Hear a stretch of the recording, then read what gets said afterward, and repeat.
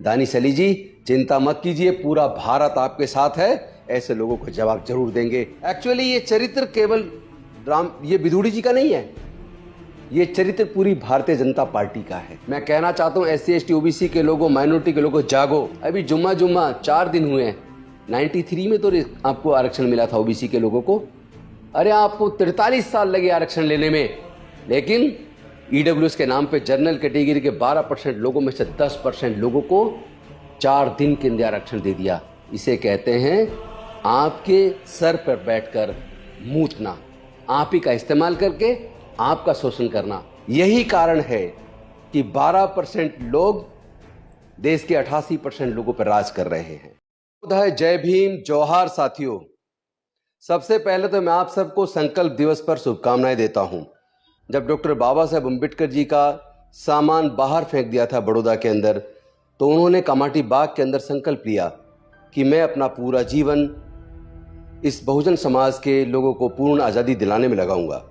लेकिन आज आपको शुभकामनाएं देते हुए साथ ही साथ मेरा दिल दर्द से भरा हुआ है, और वो इसलिए भरा हुआ है, नई संसद में जिस तरह की शुरुआत भारतीय जनता पार्टी के सांसद रमेश बिदुड़ी जी ने की है, वो बेहद शर्मनाक, पूरे देश को शर्मसार करने वाली और पूरे दुनिया के सामने भारत को बदनाम करने वाली है।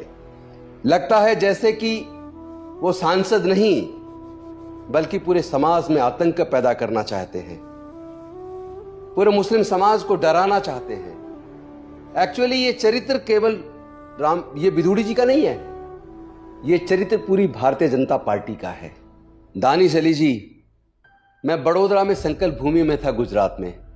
मैंने वहां आपकी वीडियो देखी, और जिस तरह सौरभ शुक्ला आपसे जवाब मांग रहे थे, और आप जिस तरह आपकी आंखों में एकदम तुरंत आंसू निकल आ रहे, आपने कोई जवाब नहीं दिया और आप अंदर चले गए। ऐसा देखकर मेरा भी दिल दहल गया, मेरा भी मन रो उठा कि भारत ऐसे में बचेगा या नहीं बचेगा। ये लोग तो देश को तोड़ना चाहते हैं, लेकिन आप चिंता मत करना, पूरा भारत आपके साथ है, हम भी आपके साथ हैं। ये भारतीय जनता पार्टी के लोग, मैं पहले से कहता आया हूं, ये देश को तोड़ना चाहते हैं, ये देश के दुश्मन है, यही देश में आतंकवाद पैदा करना चाहते हैं। इनसे बचने की जरूरत है। अपने आंखें खोलो, SC ST OBC और माइनॉरिटी के लोगों, अपनी आंखें खोलो। और दूसरा ध्यान रहे, SC ST OBC का ही हमेशा ये लोग इस्तेमाल करते हैं। विदुड़ी जी किस तरह OBC का होने के बावजूद जातिगत जनगणना के लिए उनकी सरकार ने साफ मना कर दिया, उन्होंने उफ तक नहीं किया। महिलाओं के आरक्षण में पिछड़े वर्ग की महिलाओं को भी रिजर्वेशन मिले, यह डिमांड तमाम विपक्षी पार्टियां कर रही थी, लेकिन बीजेपी के अंदर सबसे ज्यादा पिछड़े वर्ग के सांसद हैं, और वो गुलाम बनकर चुप बैठे रहे, किसी ने आवाज बुलंद नहीं की। यही कारण है कि 12% लोग देश के 88% लोगों पर राज कर रहे हैं। शर्म नहीं आती? पूरे दुनिया के सामने पूरे भारत को शर्मसार किया आपने। आप इतनी नफरत आपके अंदर कहां से आ गई? वैसे तो हम जानते हैं कि भारतीय जनता पार्टी पूरी तरह नफरत से भरी हुई है। वह अनुसूचित जाति से नफरत करती है, जनजाति के लोगों से नफरत करती है, तमाम धार्मिक रूप से अल्पसंख्यक लोगों से नफरत करती है। यही इनका असली चरित्र है। लेकिन दुख तब होता है जब इस्तेमाल किसी न किसी दलित, पिछड़े या आदिवासी का किया जाता है। जैसे याद होगा, दिल्ली के अंदर उत्तरी पूर्वी जिले में दंगे हुए थे। अगर उसकी आज भी जांच कराई जाए तो पता लगेगा दंगे किसने कराए और उन दंगों में किन का इस्तेमाल हुआ। यही तो होता आया है, अभी तक तो यही हुआ है। इसीलिए 12% लोग देश के 88% लोगों पर राज कर रहे हैं। मैं कहना चाहता हूं SC ST OBC के लोगों, माइनॉरिटी के लोगों, जागो। ये हिंदू मुसलमान करवाएंगे, कभी ये हिंदू नॉन हिंदू करवाएंगे, कभी ये दलित को पिछड़ों से पिटवाएंगे, कभी ये आदिवासी को पिटवाएंगे। आपस में SC ST OBC माइनॉरिटी को लोगों को लड़ा के तो ये लोग राज कर रहे हैं। देश के तमाम शीर्षस्थ पदों पर यही तो राज कर रहे हैं। सब पदों पर ये काबिज हैं, सारे संवैधानिक पोस्ट पर ये काबिज हैं, हर जगह इनका कब्जा है।